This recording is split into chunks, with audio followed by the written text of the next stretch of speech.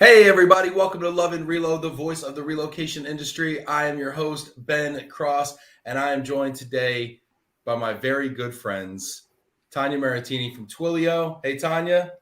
Hey Ben, how are you doing? I'm great. So good to have you here. And Jack Jampel from Stryker. What's up, Jack? Hey man, doing good.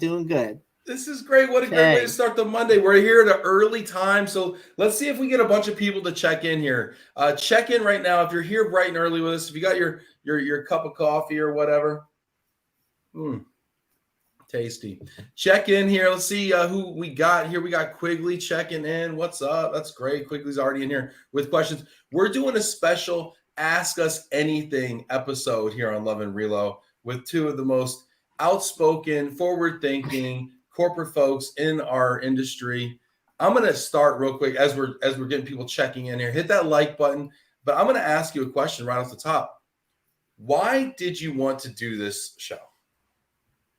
So I can start, Jack. We Yeah, have go been ahead. getting, as corporates, I think there are so many questions that are out there about what's happening. What does the future look like?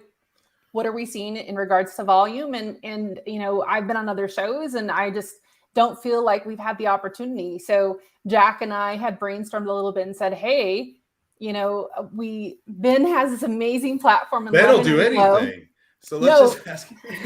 No, Ben has this amazing platform and following, and we know there are so many people who have questions about what, you know, from the corporate perspective, what's happening, what do we see, how are things evolving, what's the future of mobility. And so we just wanted to have an opportunity to say, ask us anything, like let us share with you what we know and what we think the future holds.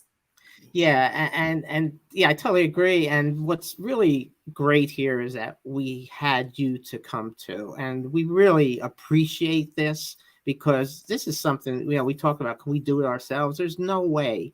So, you know, thank you, Love and Reload, but you know, your company too, Glomo, and I think everyone should recognize that everything you've put into this and you know what you do at Glomo. So I just wanted to thank you for this. Thank you. Yeah, thank you. Thank you both for being here. Let's do this. It's all about the audience today, right? So let's just hop in. Normally we give a lot of shouts, but we're going to prioritize questions. So if you've got a question, leave it now in the comments. We've got some questions that were submitted before the show, but we're going to prioritize the live questions first.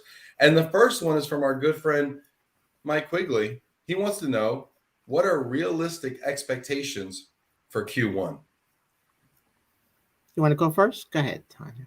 Sure. Well, I was going to say, from my perspective, volume continues to grow up. I mean, go up. I'm at a high growth company. We are 70% year over year growth. And so even though things did slow down during the pandemic, some of that was really due to immigration and backlogs and not being able to get employees to move internationally. So I would say it's going to continue to grow up. I don't have like a specific number. I do have a smaller program, but I think Q1, a lot of offices are going to continue to reopen. I think we'll see some return to work. I think even for us, some of our offices have started to reopen. And so I know all the folks have been busy, but I think Q1 is going to be, I think it's going to be busy. Are we going to see, Jack, I'm going to ask this just a touch differently. Are we going to see a second wave of pent up demand based on the, like, say, US border opening? Yeah, I think we're going to see that definitely. I think the international is sitting on the sidelines still a little bit. So I think you are going to see that, especially from companies that have a lot of international mobility. I mean, we have a big program on the domestic side and kind of a big program on the international. And just as, you know, Tanya was saying, I think on a U.S. side, it's going to stay consistently high. Okay. On the international side, I think you're going to see a spike in Q1. All right, let's see here. Any other questions from the audience? Let's see here. Mike Philia checking in from Southern California. He says people are looking forward to this. Yes, thank you. What's up, Jill Partake? I'd love to hear your questions. Sarah, Carrie Takamatsu. What's up, Carrie? Love to hear your questions. Roger Sorhagen checking in. Feeding Bucky this morning. Roger, let me know. Ray De Silva. Jana checking in here. Jana, help us out today. Shannon Sweeney checking in. Let's see here. Monday. Bridget Ritchie checking in as well. Valerie, Shannon, Francine, what's going on, Francine? Love to hear your questions. Aaron, Cheryl, let's see here. Yeah, look at this. We had problems with LinkedIn. We crashed LinkedIn Live just now. Too many people were joining at the same time. Are we back? Oh my live goodness. now, Tim? Let me know. Are we back? We're getting the double thumbs up here. Okay. Nice, Okay. Tim. Let me Well, I know. think goodness. we had over 300 registered, which is amazing. It just shows the thirst that this industry needs to talk. So glad we're able to do this. Yeah, I'm trying to make sure we're still live here. Checking in here.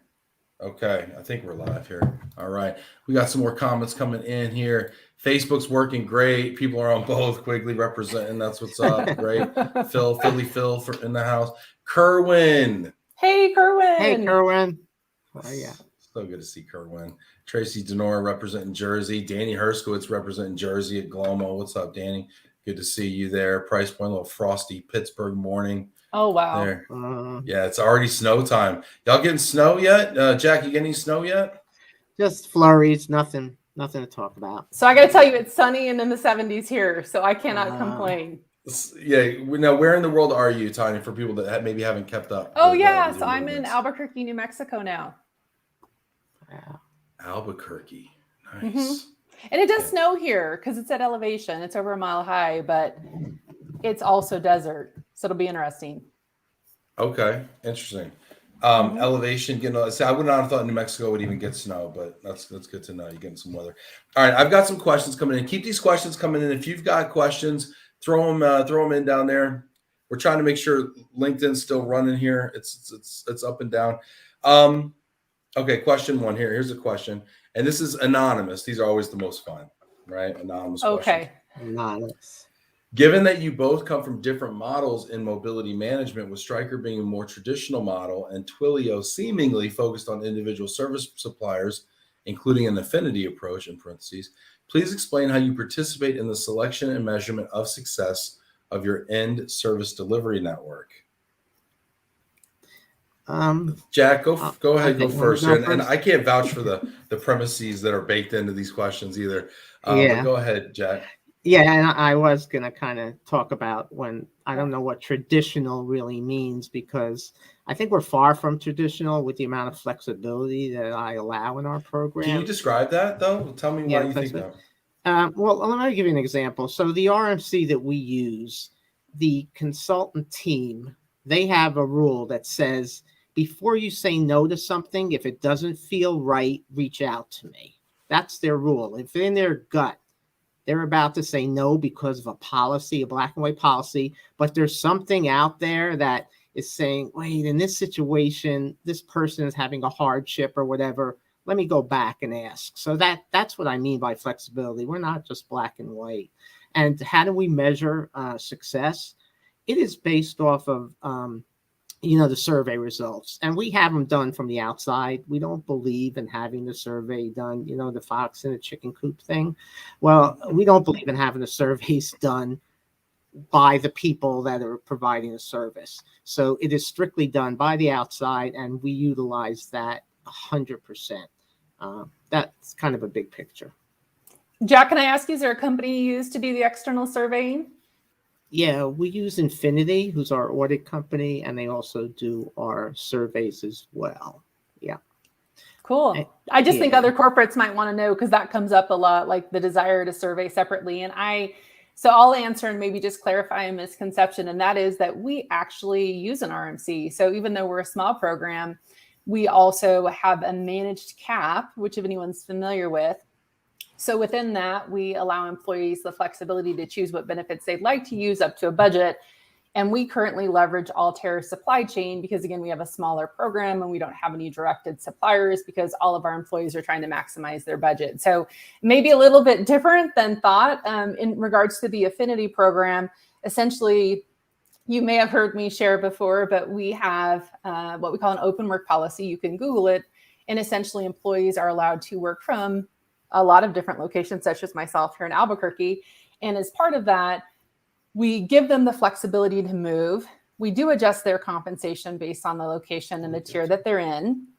But in addition to that, they don't get any reload. So it was like, hey, well, we're letting these people move all across the country. Wouldn't it be great if we could connect them with some preferred supplier network? So that's where the affinity program comes in. Because I know, Ben, you've had so many people on your show talk about like, hey, I hired a moving company off the internet. They held my stuff ransom, et cetera. Like, I don't want our employees to have that experience. So I was like, hey, we've already got this preferred network. They're vetted. I know you're going to get a great service, and hopefully you're going to get some preferential rates as well. So that's something that we've made available to all of our employees. That's a good point of clarification. So you're using an RMC, but then you're taking the preferred providers and then also offering them as an affinity benefit if people want to use them outside of relocation. Correct. Yeah, even if you want to move just cross town, like you're moving Yeah. into a new house, you're moving up, right? Like this is available to everyone. And you mentioned that you have, and I forgot exactly how you phrased it, but like an open work or an open, what do you call that? If you just Google Twilio open work, it's basically, we don't want to, because we don't want to brand it like hybrid or remote, or because those have already associated definitions with them. I don't know how to say that. So we're calling it open work, and it's just the flexibility that we're allowing employees to work from different locations as long as it's feasible. And that's where I know there have been a lot of questions, like to Michael Quigley's earlier question around Q1 volume, like, hey, we're a company that has an open work, so you can work from other locations. But guess what? People still want to live in certain, like they still want to be in our San Francisco headquarters, or, it doesn't make sense to have an engineer. We have a lot of international groups, but an engineer in India whose whole team is in San Francisco. Like maybe instead of being in India, they're in Denver. They don't have to be in San Francisco, but like they need to be in a similar time zone. So I do think mobility will change, but from a volume perspective, like I said, we're still busy. Have you seen some, like what I guess I would call self-directed relocations with this open work plan, and then the availability of this affinity, network as well to support it? Yeah. So, and this is a really interesting question. So US domestic is, I don't want to call it easy, but it's easy because you want to move to another state. Like we have and it was actually, I don't want to take credit for it. It was already set up before I joined. So it just flows right through. It's super easy to do. We use Workday, you submit it in Workday, everything goes through the system, etc. International is a little trickier, Ben, and we haven't finalized that, but we do have a lot of people who are international, and especially intra-Europe, where there aren't any work authorization requirements, who are like, hey, my job's in Paris, but I'd really prefer to be in Spain. My family's in Spain. And so we haven't officially announced what we're doing on that, but we spent a lot of time talking about how do we best enable that, and is that really the direction that we're headed? So I guess stay tuned for that. But I think other companies will probably be looking at something similar, and where we do have legal entities and where it's feasible and possible for them to do their job, we want everyone to, bring their best self, right? And be as productive as they can be. And if that's in a different location, we want to figure out a way to enable that. I love it. I love it. And the comments are coming in. People have gotten off of LinkedIn. They're over on Facebook now. LinkedIn, okay. we broke LinkedIn. We are on Facebook. Thank goodness. We are on YouTube as well. People are on there as well. If you could do me a favor, put the link for Facebook and YouTube. Please go on to the LinkedIn link and put it on there so everybody can join in and knows where to go. Thank you so much, Joanna Ross. Yes, had a great birthday weekend. Thank you so much, Joanna. I appreciate you so much. People are loving the stash as well, which is, I got to question your judgment, but that's okay. It's I don't know about the stash, Ben. Yeah, it's for a good cause. I find myself explaining, I don't normally look like this, but that's how I start my Zoom calls now. It makes you look older, like more regal. Regal? I'll take regal. Regal. At this point, I'll take regal. I'm sorry, Cliff actually clarified, we're actually in the metaverse. We are not on Facebook. We're in the metaverse right now. All right, we've got questions. Keep those questions coming. We're going to prioritize your questions. Valerie McKenzie says, curious, what is your favorite part of global mobility? What makes it a good day for you? What do you look forward to the most? Yeah. Jack, you want to take that one first? Yeah, sure. And I think the things that make me feel the best and what I enjoy is just continuing to have really good moves and really getting the comments from employees of how things went. I think that's the best part of it, to see, especially during COVID, such a complex time, to see all of our partners come together and be able to pull this stuff off really made great days for me. And, we had very little issues with our partners. So that's what I look forward to, is continuing to have a successful program, to continue to see it get bigger and bigger. But it's really the experience, hearing the experiences that employees have. All right. Now, Tanya, I know you also love great moves and great experiences, but I'm gonna institute a rule. You are not allowed to have the same answer as Jack. I have two different things to add. Absolutely. Okay, awesome. So we'll add. So one is, the reason I've always loved mobility is no 2 days are the same. Like I never come in and think, okay, today I'm going to do this. It's like today, let's see like what happened, because we're not dealing with widgets, we're dealing with people, and people are complicated. So I love that. The other thing that I have really enjoyed is that you move someone maybe early on in their career, or maybe they're an intern, and you continue to see their career grow. And it's so exciting for me to see like how the mobilization of this talent has continued to progress their career. So like I have moved people who are now like VPs, SVPs, like leading companies. And I'm like, how cool is that? Because I remember when you were just like an engineer, or you had just started out in your career. So I really enjoy that piece of it. That is true. I was involved with an SVP relocation when I was a call center supervisor at Pods. And I still remember her Volvo. I remember her dog. I remember all of that. And I actually reached out to her to like connect her with someone else who was looking for a job. And I was like, hey, I remember all these details of your move. Hope you can help this person. And you feel like you really know that person. Mm-hmm. She didn't respond. But it's okay. Well, it's okay. I think she has a different car now or something. Tim says, hello all. I've been waiting for this show. I have a question. I hear from both corporates and RMCs that everyone wants to change their programs to improve the transferee experience. But when I try and introduce new alternative service providers, I find that not to be the case. RMCs tell me their suppliers are dictated by the corporates, and the corporates tell me that RMCs handle suppliers. So do you want to change, or is the devil you know better than the devil you don't know? Signed, the devil, Tim Quirk. Just kidding, Tim. Tim's amazing. Tim's actually a producer on the show. Love Tim, good friend.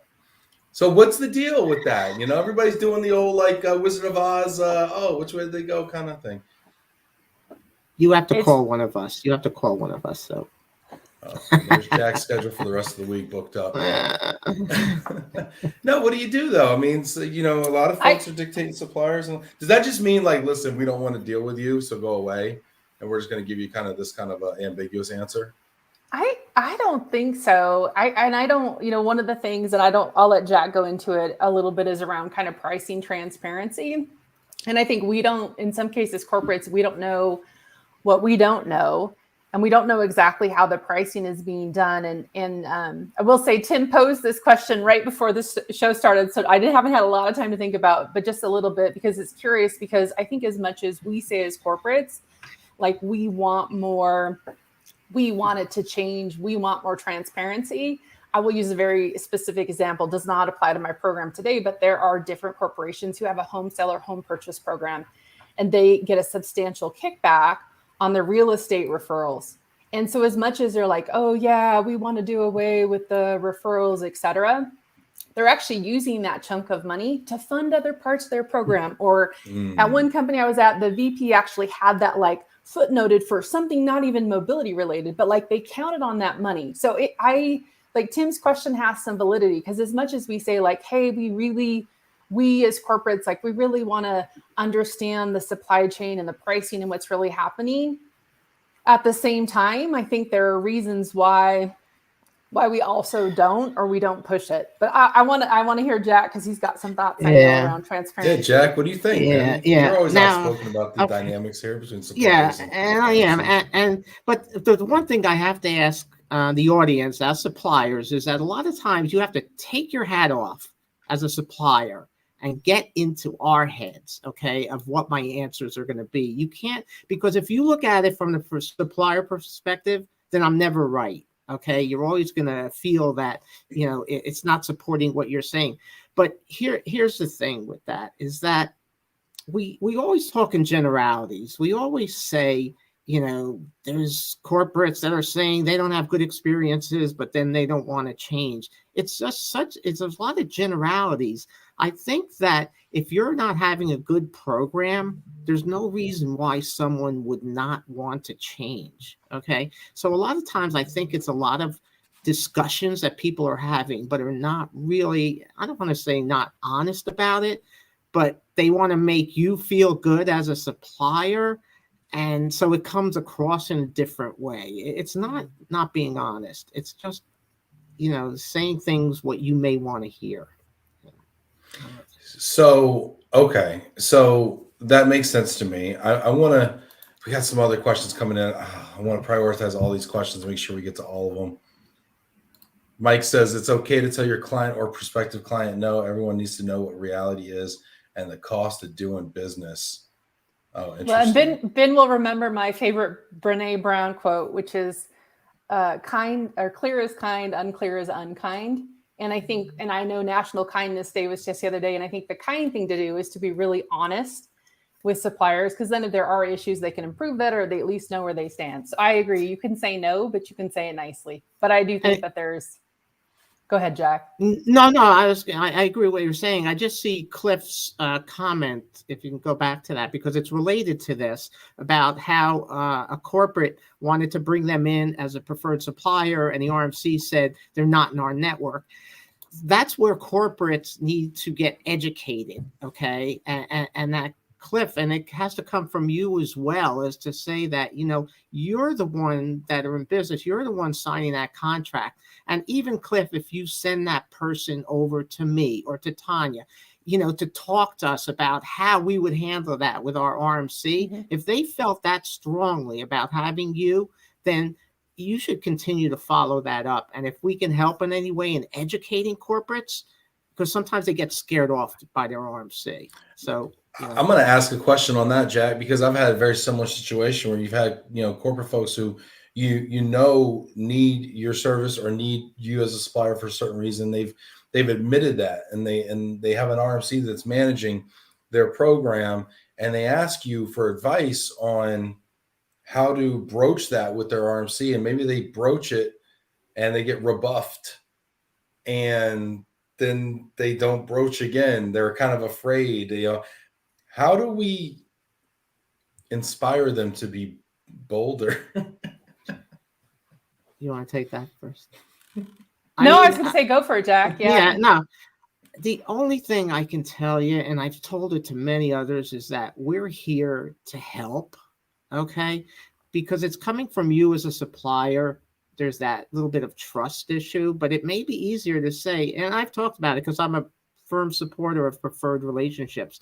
And I've talked to people, in other companies or whatever, suppliers, that I said, have them call me. I will walk them through why that's a better model, and then how to deal with their RMC and making that happen. It's the same.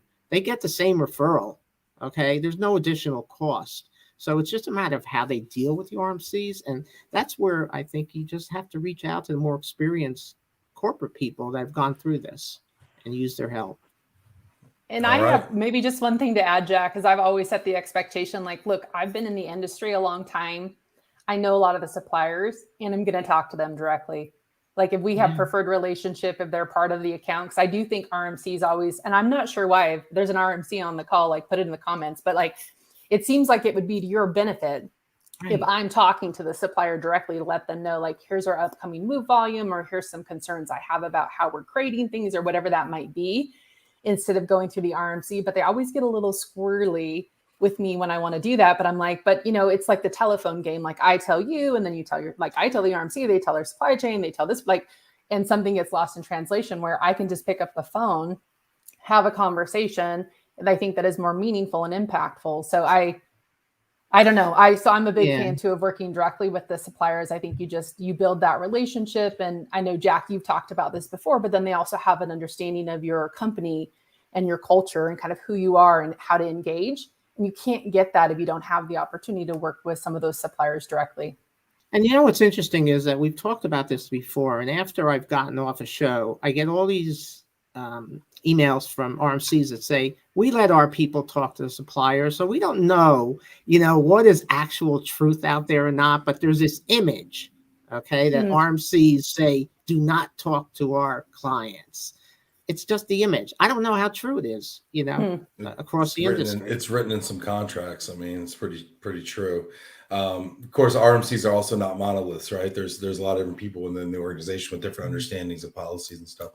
Let's see, we got more questions. Keep those questions coming in. Hit that like button if you haven't. I don't know if you're on LinkedIn right now, YouTube, Facebook, wherever you are right now. Hit that like button. Throw a question in there. Looks like Gabby's managed to make LinkedIn work. I can't get it going on my phone. There's a rumor that said because there was more than 75 characters in the title, that's not making it work. So I don't know what's going on, but thanks to everyone who found a way to make it work on Facebook, on YouTube right now. Gabby Bachhuber says, good morning from the Midwest. What is important to you for your global immigration programs? How are you measuring success in the immigration space? Yeah. Good question, Gabby. You want to go ahead with that, Tanya? Yeah, I was to say immigration, as everybody knows, especially the last 18, 24 months has been really challenging. And so I think for us, what's really important is kind of the broader, I want to make sure that we are providing an equitable experience to our foreign nationals. And so like just since I've joined Twilio too, but we had a really robust program in how we supported green cards for permanent residency in the US. We didn't globally. And that always bothers me. Like when you can be really US centric in your program and not have a good vision for the broader. So I think like overall, I think really important for our program that we just have a consistent global experience, regardless of where folks are going to. And then measuring success. I don't know how this, like Jack has these surveys and things. Hopefully someday we will, we don't yet. But for me, it's really that we don't have escalations, that things aren't in a black hole, that employees feel like we're very employee experience focused, and employees feel like we're proactive, we're taking care, we're supporting what they need. And especially, again, I just feel like there's been a lot of hand holding the last 18, 24 months, because it is just, I don't know, appointments have been canceled, backlog times are so long. Like as much as we can just keep informing, we've had some info sessions and different things with our employees, I think, so that they're having a positive experience, even though a lot of times it's like our hands are tied. There's not a lot we can do to get folks into different countries right now. Yeah, I'm not supposed to just say agreed. So I'll add just two things. I think the other thing, in addition to what Tanya was saying, is the noise that's being put out there and benchmarking with other companies to see what we're doing. Is it the same as what other companies are going through, to make sure that, because there could be, things out of our control. So I think it's important to continue to see what's going on around in other companies to see if other companies are having the same issues or not. All right. This is Ask Us Anything. So leave your questions in the comments. We are going to prioritize all of your questions live right now. Cliff's got another one. Anonymous, asking for a friend. Any advice for vendors looking for a role on a relo team? Oh, like somebody who wants to go from supplier to corporate? That's how I interpret this question. Okay. Lots of people do it. I was going to say I've always been on the corporate side. I don't know if Jack has been as well, but like our friend Vinny Valverde, Ray Kirby, like I know a lot of people who have gone from supplier to corporate. And so I know it can be done. Again, to maybe Jack's earlier point, like reach out to some of the folks who you've seen made the transition. Like how did they, like they definitely understand the industry. How did they pitch their knowledge and experience? Like what were some of the capabilities that were applicable? Sorry, I can't speak this morning in both places, but I don't know, Jack, if you have anything to add, but I've always been on corporate. So I've just never made that transition. Yeah. I mean, I've always been on corporate too, but I have seen people go from the supplier side. And the key with that is networking. Okay. We had a position open, and as soon as you see that, I mean, it's so critical to connect with people that have some kind of influence on that company. But the second thing is your resume has to be changed to reflect the corporate flavor. Okay. You cannot just take your supplier resume, and this is for any job. Okay. You have to change your resume to use the words that are in that posting to make sure it's flavored in a way that a corporate person is going to say, yeah, they have a lot of corporate experience. It's a great point, Jack. And it's a point that's applicable for any job that you're applying for. To Cliff's point, something you mentioned, Tanya, about going from the supplier side to the corporate side, I would imagine, and I don't know if any corporations have the stomach really for this anymore, but I would imagine if you were trying to bring some of those things and some of those functions in-house, suppliers would be the first place you would want to look for that deep expertise on how to manage household goods, or how to manage real estate, referral networks, or how to, do all these things compliantly and everything. And I just think there's such an opportunity there personally. Yeah, I'll turn that into a question. Do you think that you will see corporations bringing the mobility function in-house? Absolutely not. Absolutely not. Love it. It is just impossible to add headcount to companies. Okay. Especially if already you're outsourced. Unless something crazy happens, okay, it is very hard to add headcount. And in the past summer, it doesn't count as something crazy happens, like COVID doesn't count. And then this. Well, It would no, have to be because crazier than COVID. well, no, because the suppliers did a great job for the most part of continuing what they were doing. The business, nothing, most companies did very well using this model, the outsourced model. I just think I've been in other jobs besides mobility and finance and whatever. It is impossible to increase headcount for a role. It's hard for something that's been outsourced. It's tough. And I would just add, because I've managed an in-house program before that eventually outsourced. And the other challenge is that as you continue to grow and you're going into a new market, like hiring someone, recreating, I'm always like, why would you recreate the wheel when there's like local service already available or a supplier who already knows how to do that? Or let's say you're in a market and I don't need a full head count. I just need a little bit of somebody that has this expertise. Like you'll never get that, but with a supplier, you could say like, I just need this. So it's not, I just think in the interconnected world that we're in, I just don't know that it's feasible. I know there are some people who have an in-house program, which is fantastic. Yeah. You do a different show on that, but I agree with Jack. And once you're outsourced, bringing it back in-house, I agree. Yeah, Vinny has a comment, and I should have said this ahead of time, is that the opinions that we're making will not pertain to 100% correct of everyone. Okay. And you bring up a great point. It depends on the size. Jack, you're always making generalizations, Jack. I got to ask you for the data. Right. And no, you're exactly right. You're right. It does not pertain to 100%. Yes. If somebody's got 10 moves or 50 moves, that might be. But I'm talking in general, those that are outsourced, it'll be very difficult to bring them back in. But Vinny, you're right. Let me ask you, Vinny, for clarification. You're saying it depends on the size of the program. Are you saying bigger programs should be outsourced? Are more likely to be beneficial to be insourced, or small programs? Because I think the way Jack's reading it is small programs maybe you can manage it in house, and I actually would think you get better economies of scale with larger programs. So interesting. Let's see. However, the RMC is essentially the success of our mobility programs. Cool, Vinny. Let's see here. I want to ask some more questions here, unless people want to stay on this. Vinny's got a question. Question to you, my great friends. If you were to choose one piece of global mobility that you love to remove from our function, what would that be? Remote workers, career expats, tax compliance, work permits, escalations, exceptions. It's really interesting because I would say no to global mobility functions have all of the same scope. So some have immigration, some don't. Some have tax, some don't. Some have the remote work, business travelers, some don't, or some have some flavor of it. So I just want to say that too, because gosh, everybody's is so different. And I don't know. I am, I shouldn't say this live, but I am a little bit of a control freak for those who know me.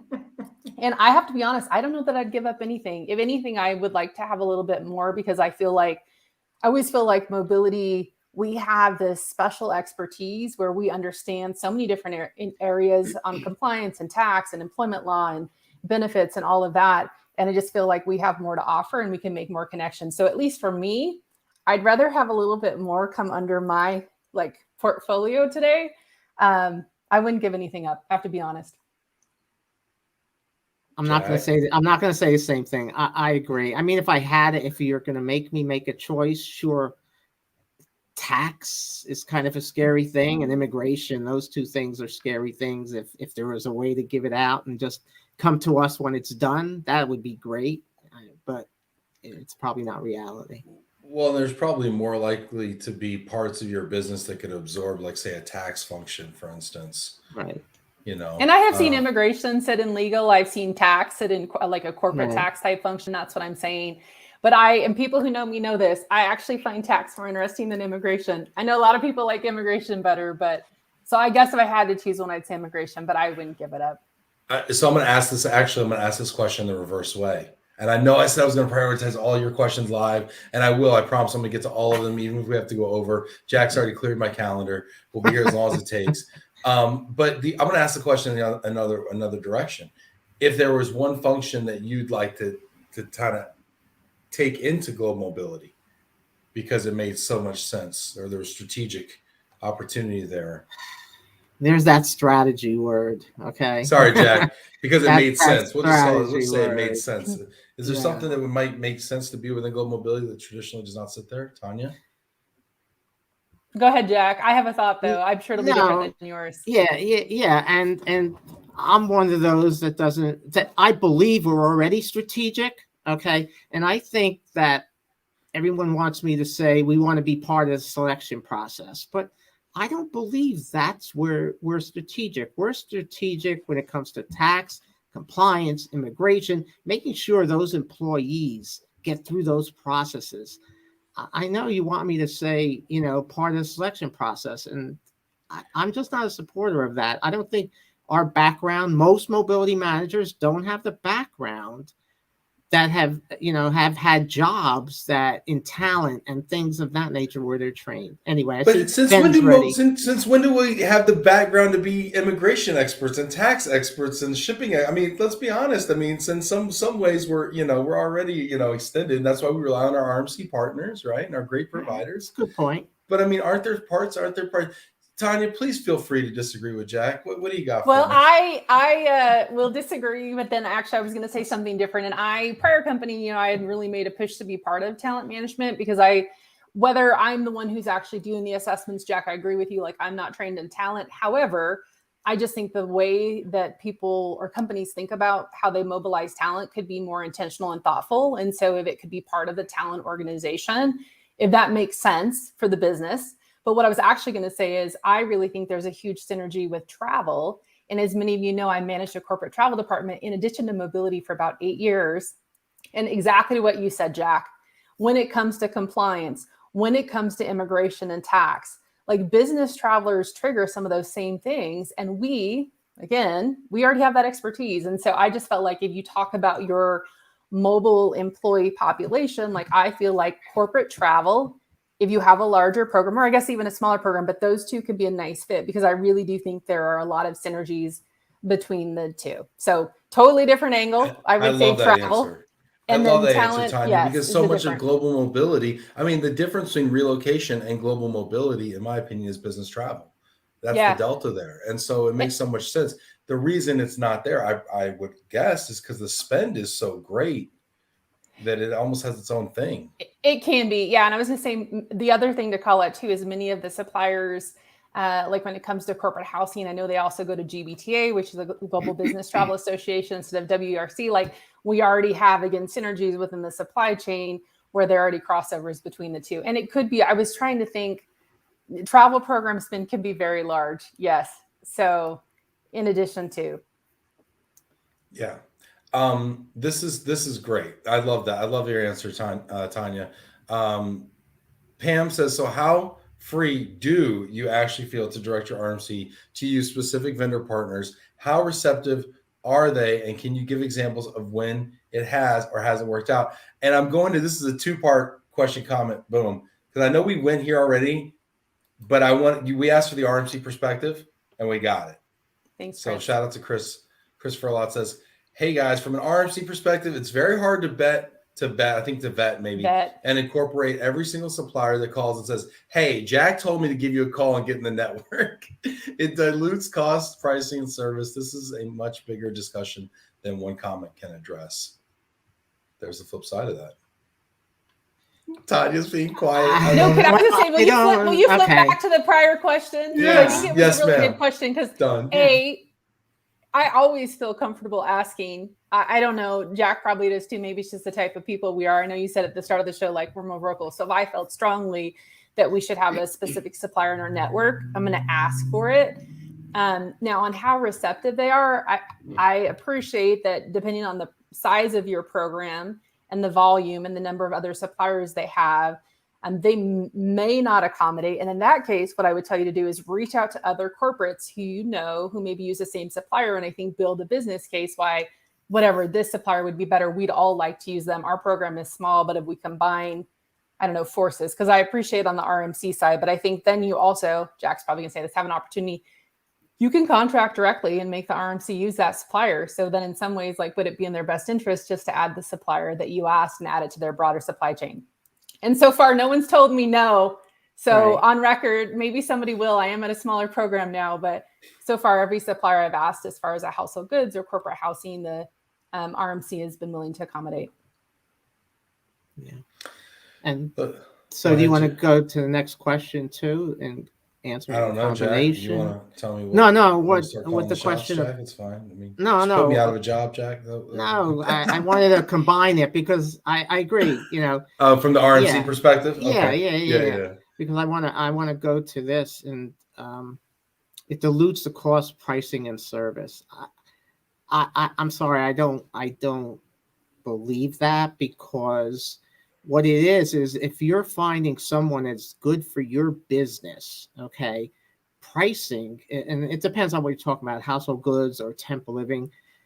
Everyone where you're dealing with is very close in pricing. They have to be very close, or you wouldn't be using them.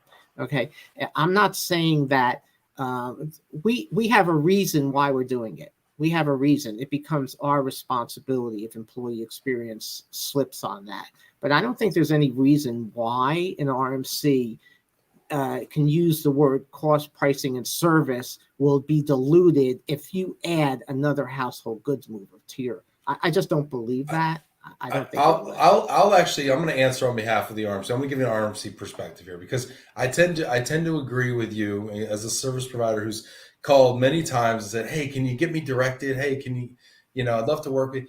But I will defend them on this point, right? So if, say, they manage like a dozen moving companies, let's say, right, and they've been very they've specifically been intentional about whittling it down to a amount of moving companies, or maybe 24, even, you know, that makes sense, that can handle the critical mass of volume that they have, and yet, you know, enough a few enough hands to shake where they can administer the program in an economical way. And then all of a sudden, every jack within their portfolio has one or two service providers, and now they go from 24 moving companies up to 124 moving companies. And then when they go to the move team, they say, "Oh, we got another initiation for another transferee at ABC Corp. You know, oh, let me go check the record. Who do I have to send this move to?" And now I can't go through my move boards, and it can't go through my distribution, you know, thing. It can't go through my quality. You know, I stack rank based on quality, and now you have these folks out here who are doing, you know, who are getting these moves, and maybe regardless of their quality scores and things like that, it can just become very problematic to measure. Right. And I think from a buying standpoint, and I'm not sure that this is as they'll say this, I'm not sure if it matters as much, but when they go to market, they say, "We've got 10,000 moves. What will you do the business for?" Well, if the truth is they have 2,000 discretionary moves and 8,000 directed moves, that's a very different value proposition to their supply chain. So I would say that. And then actually Chris comes to his own defense here with this comment, and then we'll move on, or Jack can respond. Chris says there's inherent risk to the supply chain when corporations negotiate contracts. One of the first things they always try to strike is indemnification. So when you have directed suppliers, are you willing to indemnify the RMC against any risk or legal action based on the actions or inactions of those directed suppliers? Well, I'm not going to get into, you know, what's in our contract or what's not in our contract. But getting back to the point that you were making before, was that you're assuming that these are all new suppliers that are coming in. A lot of times they're already in their database. All they're asking for is to become a preferred supplier for them. Most of the time, these household good movers are already in their database.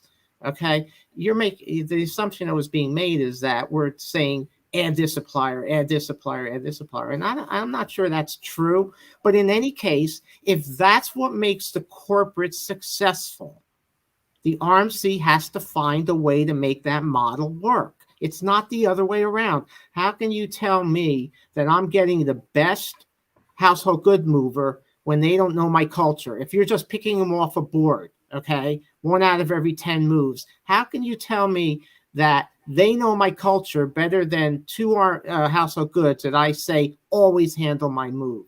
You can't tell me that there's a better experience by picking off of a board. A preferred relationship is always a better experience. Yeah, I'm with you on that, Jack. I agree. I just want to present the other side of the coin, if you will. Let's see here. Doug Burnett says true statement, Jack. I'm sure all the suppliers would support that. Let's see here. Let's see. Andy says, Tanya and Jack, you're both spot on your opinion of client-directed providers. I'd be very wary of an RMC not prepared to incorporate a proven supplier into their supply chain. Mm-hmm. Actually, some of our best RMC relationships have been created by what was initially client-directed, for sure. Let's see here. Let's see what other questions we have. Goodness, there's so many comments here. You know what? Let's see. Go ahead. No, I was going to say random piece of advice as you pull the next question, and that is that the answer is always no unless you ask. So I liked the earlier comment, like you don't know unless you ask. So I think you should always ask if you have questions on anything, if you have questions about using a supplier or about the program. You know, when we talked about Cliff's question, and I know what his industry is, and it's a very small industry, what it sounds like to me is that RMC is using one, okay, and has a great relationship with that one. We're not talking about household goods. I won't say what the industry is. We're not talking about temp living. We're talking about a small industry. So to say that, you know, just because they're not in my network and it may be best for that corporation is not the right thing for an RMC to say. It's just not. Yeah. Yeah, we could go into it. But let's do this. Doug's got a question that I think might actually be the final question on this specific topic, because we got some other questions here. What percentage of corporations do you believe have programs partially outsourced while managing some of their own suppliers? So he's calling partially outsourced managing your own suppliers while allowing the RMC to administer the program. Can I just ask you a question? Is preferred suppliers managing your own? I don't consider that managing your own suppliers, right? Preferred is not managing your own suppliers. It doesn't have to be. Yeah. Right. I was going to say, you could have a direct contract, or you could work with the RMC and say, these are in your existing supply chain, and these are the suppliers I want you to use, like you said earlier, Jack, on my account. Yeah. So based on that, I don't know what your thought is, but I would say, you know, maybe 80% are outsourced and 20% are in-house. Just a wild guess. I don't know. We should do some kind of LinkedIn poll. Let's get people, let's ask the people, because I don't know either. And I was going to say, I actually think a majority, maybe not smaller programs, but have some kind of preferred supplier relationship, although they may not contract directly. But again, it's in their best interest from experience and understanding the client culture. I think a poll would be great. And I think we have to have some different, there's a lot of different models out there, and there's degrees of control, I think, and you have to kind of have options for all. And I don't know that we're always even speaking the same language. Like just in that question alone, I read it one way and you guys kind of read it a different way. And so I think it's really interesting. Hit that like button right now. And there are a lot of people on Facebook, a lot of people on YouTube. Also hit subscribe. If you're on Facebook and YouTube, maybe for the first time right now, hit subscribe. We never know if LinkedIn's going to be able to support, you know, the volume of questions and comments and all that stuff. So make sure to hit subscribe on YouTube, on Facebook, wherever you are right now. And that can be your backup here. Also, if you have a question for Tanya and Jack, we got about 12 more minutes, or as long as Jack makes me stay on here, I'm willing to go for a long time. But go ahead. And if I haven't asked your question already, it's because there's like hundreds of comments right now. Go ahead and put it back in just so it's at the bottom, so I can work from the bottom of the question stack. Go ahead and put that question in there. Hit that like button right now. Jose is checking in. Tanya and Jack from Seattle, what's up? This is great. Vinny saying, Jack, the RMC should know your culture, and they should be willing and happy to work together to select the best partners for the program. Awesome. I've got some questions actually that came in before, so I want to get to those real quick. We got another question from an anonymous asker here. Given the supply chain challenges created by first the pandemic and now with more of an economic or logistical impact, have you played more of a strategic guidance role in managing your suppliers to ensure that both pre-challenged and revised service expectations are met and exceeded? Maybe I will even tweak this to say, have you made changes based on the performance of the last 12 months? You want to take that first, Jack? Okay. Yeah, I mean, we have not made changes other than I'm just a little bit closer to my partners, just monitoring things. But quite honestly, we've weathered it pretty well. We've gone through it pretty well. I've gone through the busy season pretty well. So no, we have not made changes to our policies. It's way too early. We need to let the dust settle. We're still in the middle of the pandemic, so we haven't changed. I'm not allowed to say the same thing as Jack, but I'll say you're not allowed to say the same thing. And Tanya. I was like, we haven't made any policy or program changes either. And I think to Jack's earlier comment, like big shout out. I know there's a lot of suppliers on the call today, but I think the suppliers have really stepped up and, taking care of all of the employees in their different situations and partner more closely with corporates to make it happen during these unusual times. So, but no changes, and any plan changes would not necessarily be because of the pandemic. I think it's just the evolution of the program, and like our company continues to grow, our global footprint has changed. So we may just want to do things a little differently, but not because of either of those reasons. Yeah, I think it's interesting, and I'm just going to make an observation here. It's interesting if the events of the last 12 months can't spur supplier changes, what could? I mean, the last 12 months were a really difficult time, where it's really stressed us in different ways. And I would think people were looking for alternatives.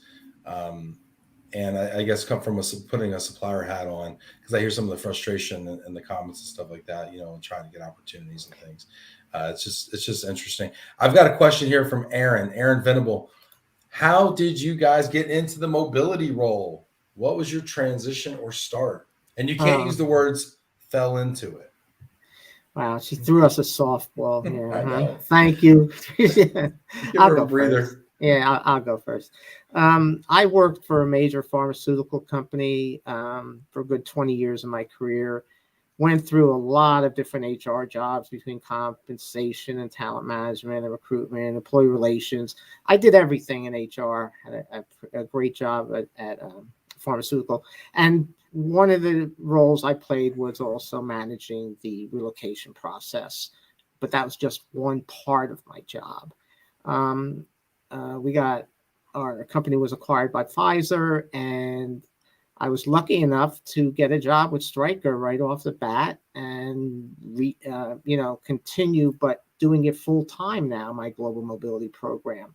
So it gave me a lot more time to hone in on that employee experience and things, because in my pharmaceutical days, it was more black and white because I had so many different roles. Whereas here I can concentrate more on how to do it the right way. And that's how I came across for Stryker now. I'm doing the global mobility. Tanya, I remember, thank you, Jack. I remember meeting you, Tanya, I don't know if it was your first Worldwide ERC. It might have been. And I remember it was so meeting long you. ago. I'm like, I don't remember. I don't know. We were both younger then. And, Yes. So I'd love to hear your story of how you got into the business. Yeah. Well, and I smile because so when I went to college, I got a business degree, and I took one class in HR, because back in the day, they didn't have in my time, they didn't have HR degrees, people. Right now you can get a specialized degree.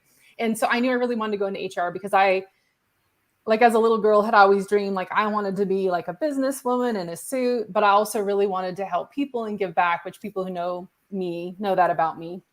And so I was like, cool, HR is like the perfect job. And so after I graduated from college, I actually, probably a lot of people start a job. I was a recruiter. So I started in recruiting. I did job So you do have a talent background. So why don't you just go take over talent? I did. I went to some job fairs. Like, I think I'm a good person for that type of thing. I'm outgoing. And then, of course, in recruiting, you work really closely with relocation. And I have to be honest, it was a very small relo team at that company.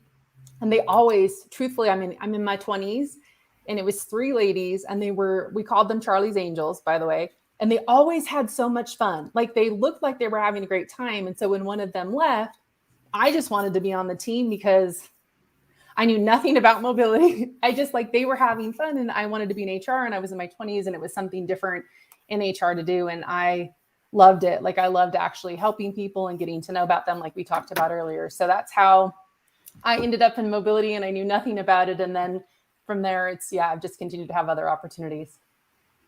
Awesome. We're happy both of you are in global mobility, so we can all learn from you here. Let's see. We've got, you know what? Gabby says related to Aaron's.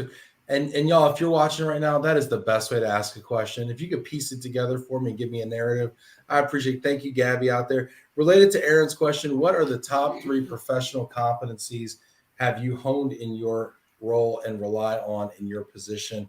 This is key for people looking to make that move and really level up in their career. Top 3 professional competencies. And you can't I use can the same ones. maybe I start with, maybe I do one and then Jack does one. Okay. And Yeah, then, right. yeah. So we don't take them all. Because I would say for me, one is really empathy. And I think really understanding, like, to walk in the customer's shoes, to really understand where they're coming from. Because even sometimes, I don't know how to put it, they're wrong, but like you still have to hear them and you have to make them feel understood and listened to. So I would say empathy is a big one to really be successful, whether the customer is the employee, customer is a business partner, a manager, a VP, like whoever that might be. Yeah, that was one of mine. And another one would be problem solving. Definitely, I think you have to really be good at taking different situations and being able to make those decisions quickly. Okay, because things just come up. And if you're a problem solver that is just afraid because of what may happen, you may not be the right person for this type of position. So I think problem solving is key in our industry.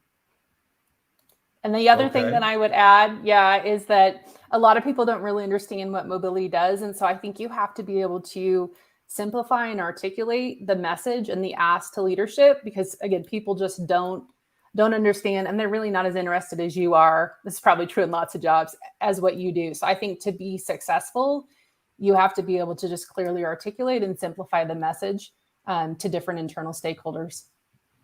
And then my final one would be being a team player, teamwork.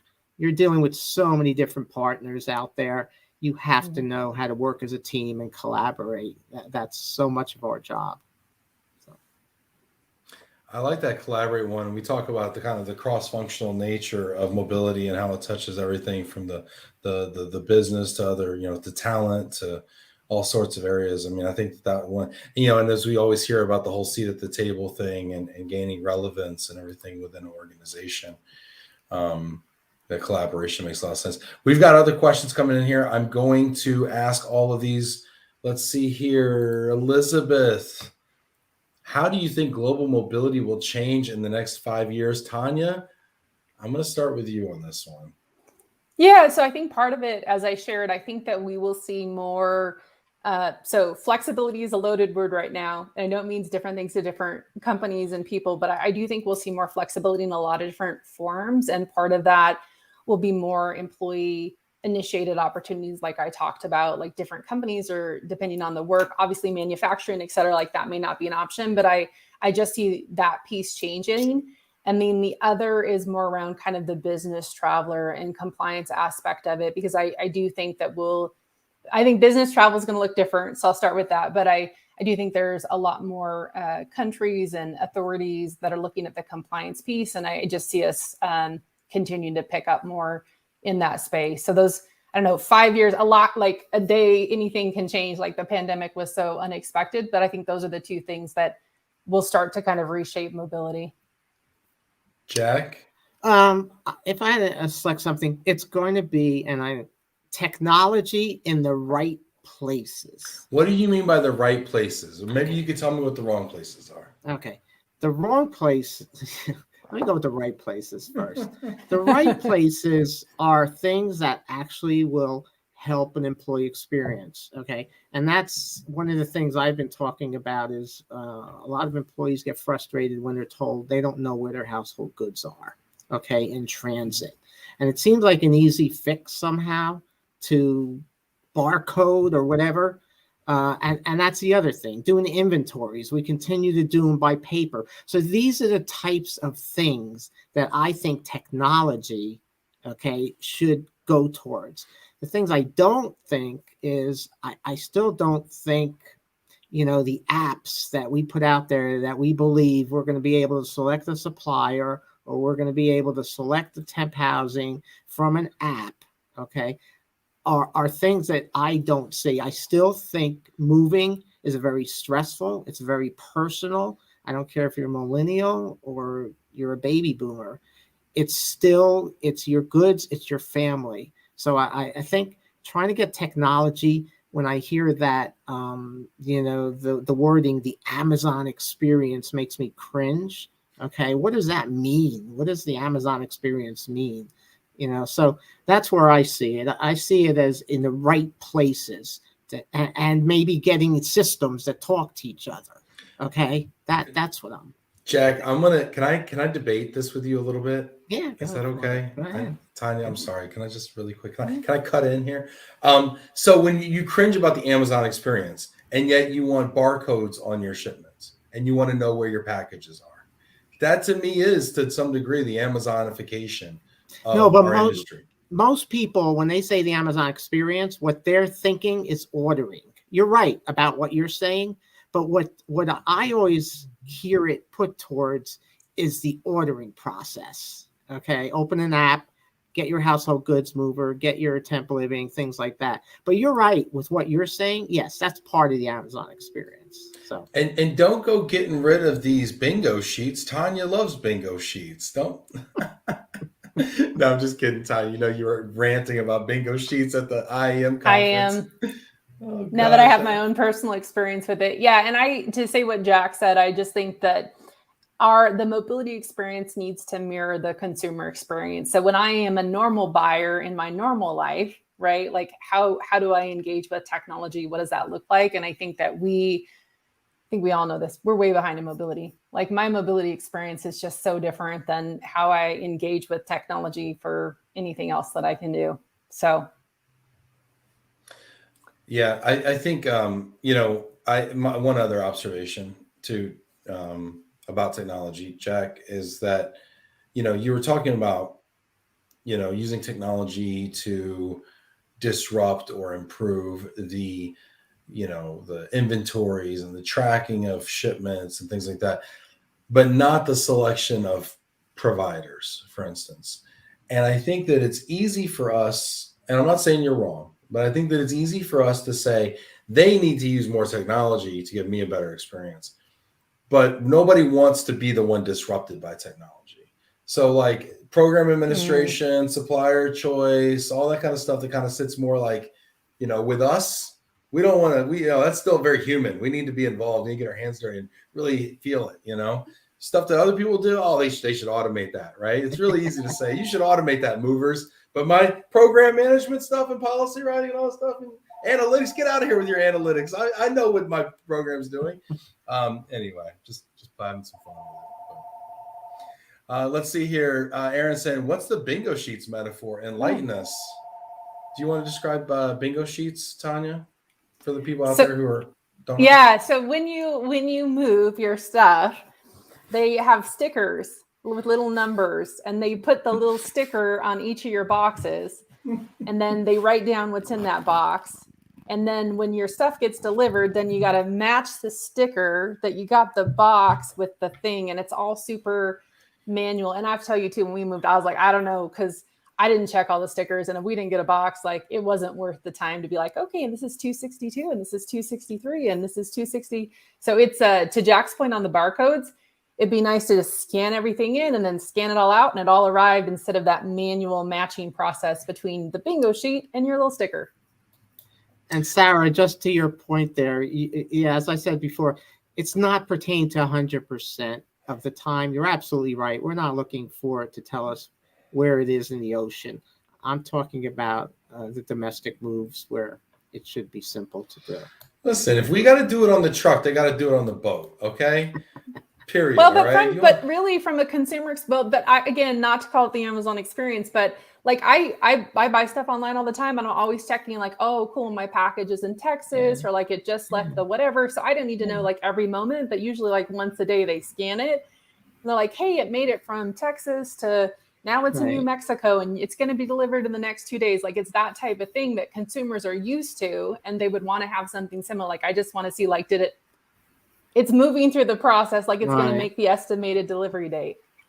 Well, and to be honest with you, one of the factors, and there's a whole myriad of factors why this hasn't been done yet, but one of the factors is the moving companies don't want to tell you that because you're not going to like what you hear. You're not going to like the fact that it's not moving for 3 days in Boulder, Colorado. Well, it's not moving for a couple of reasons. It might be a good reason. It might be at another customer's house getting loaded. You know, they're getting packed and loaded just like you were. Or they might have had a breakdown. Or somebody needed to see his family for the weekend. That was baked into your 2-week delivery spread.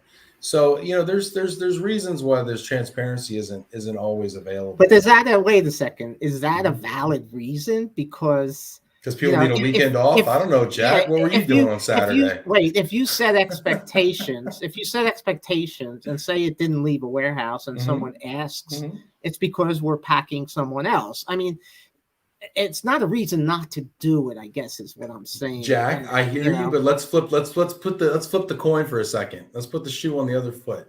Okay.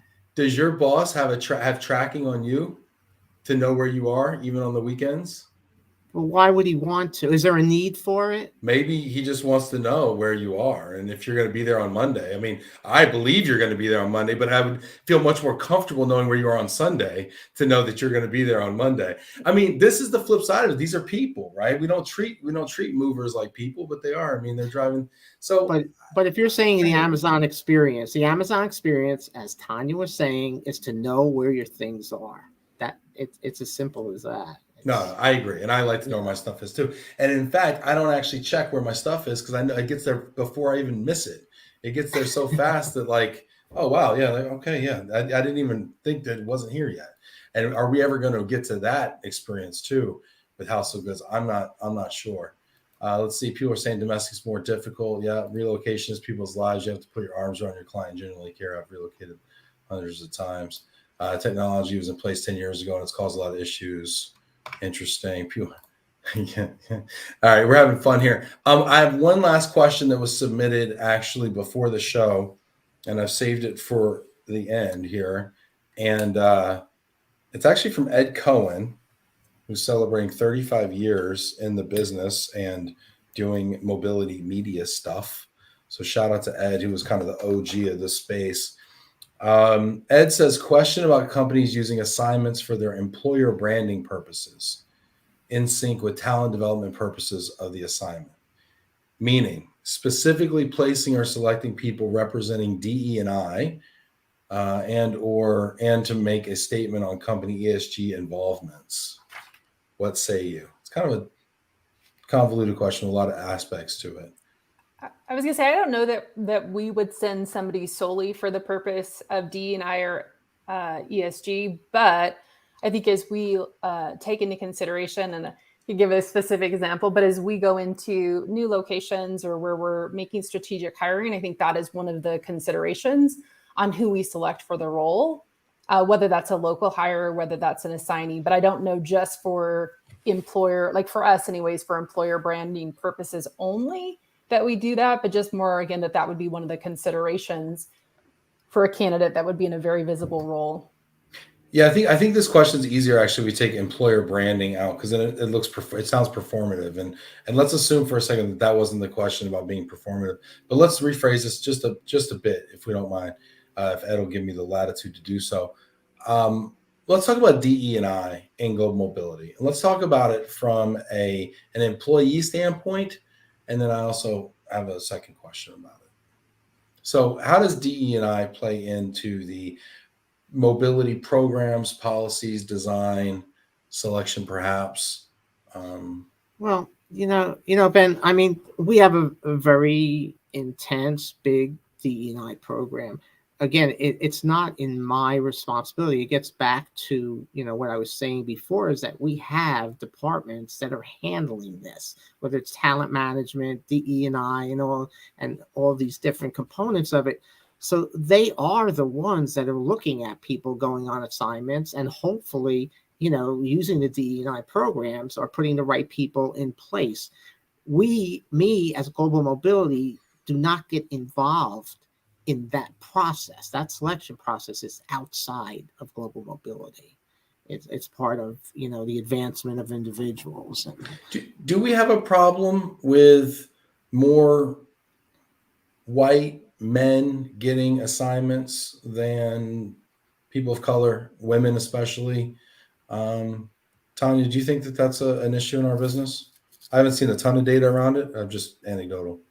Yeah, I feel like that's a loaded question, Ben. I mean, 100%. Ask us yeah, anything, so right? I know that's why you gave it to me and not Jack. No, I was going to say the people that publish statistics and different articles I've seen do say that.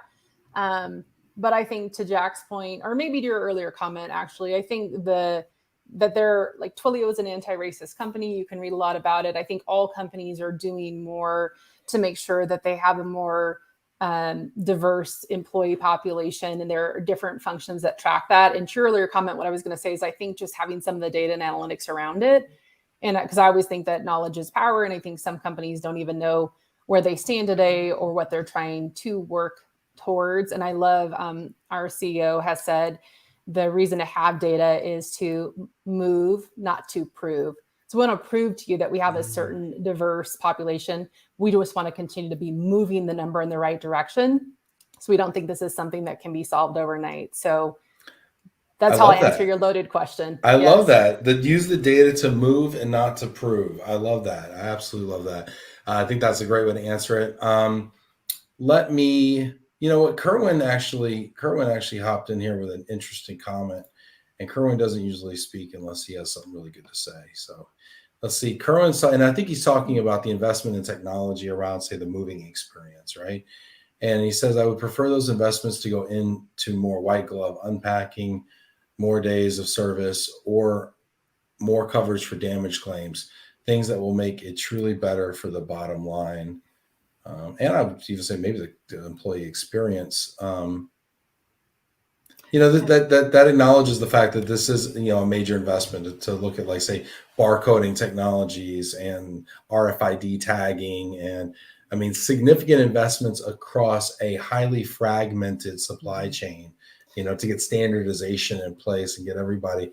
And frankly, there'll be a lot of companies left behind in that process as well. A lot of small businesses too would be highly impacted.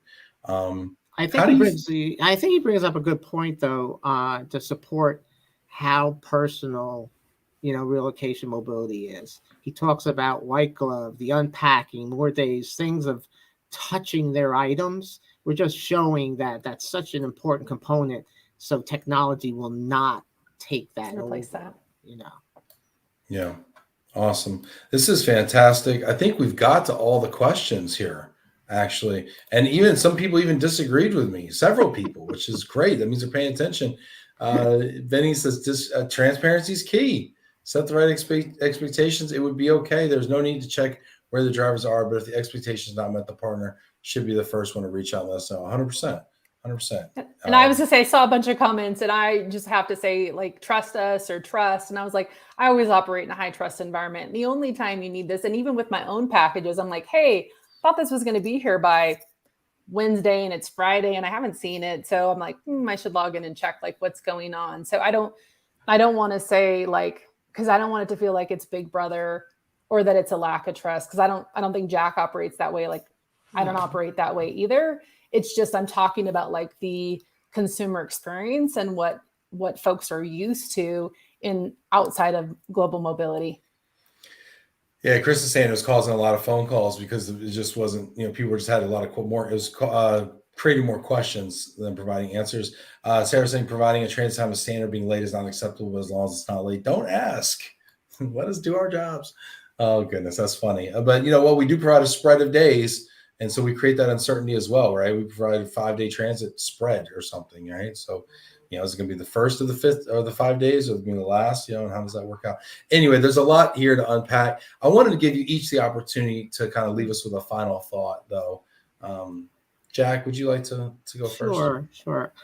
I think you've heard me say this in other programs, is that the mobility industry is a very unique industry, and it absolutely amazes me of how great of a job is really being done in an industry that we think that there's a lot of confusion and there's a lot of trust issues and everything else. But I think people just like this interaction, that it keeps our industry healthy, because all the problems we talk about and everything else, at the end of the day, I love my program. My program is working great. Okay, so if it takes us getting together and talking about this and clearing people's minds and getting ideas, absolutely, we'll keep doing it. But I think our industry is very unique. It's a very great industry. It's very competitive as far as the number of suppliers. That's a disadvantage, of our industry, but it is what it is. So, but I think it's a great industry. Thanks, Jack. Mm-hmm. Tanya, would you like to leave us with a final thought? Sure. Well, just thank you again, Ben, for the opportunity to join Love and Relo. And as Jack said earlier, for all the support from Glomo. And the only thing I would say is like, hey, this is a great opportunity for Jack and I to share our perspective, but there are so many different programs, different sizes, different company cultures. Like, this is just one perspective or two perspectives, three, I guess, with yours, Ben, right? So don't take this as gospel. If something works better or differently for yours, awesome. But then also, I think, take the opportunity to share that with others. And as Jack said earlier, network, benchmark, et cetera, because we have a very large and diverse industry, and there's no one right way to do it. And so I just thank you for the opportunity again to just share a few perspectives. And thank you to everyone out there that tuned in to this earlier time. We had a ton of people on Facebook, on YouTube, LinkedIn came back, I think, late. So thanks everyone who stuck with us too.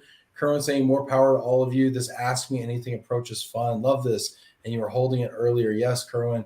Thank you thanks everyone for participating. We wouldn't have a show without viewers. So thank you all for being here. And thank you to Jack and Tanya, who have given so selflessly of their time and just kind of gone open kimono here with the questions. So we really appreciate that. It's always so much fun. And tomorrow we're going to be live from Houston at the Houston Relocation Professionals event, previewing that. And we're going to be talking to Faye Hawksworth from Old Republic and Alan Grantham from Chase. And we're going to be talking to Candlelighters, which is a charity down in Houston helping families. Cool. So we're going to be talking about that and previewing the golf event on Wednesday. And then Wednesday, we have another episode of Herstory Live with Peggy and some female entrepreneurs. And Thursday, we are doing a mystery guest. The new ARC Relocation Vice President of Operations will be unveiled on that show. I don't even know who it is. So it'll be like the Masked Singer for Relo. So anyway, thanks everyone for being here. Jack, Tanya, thank you so much, friends. Thank you, Ben.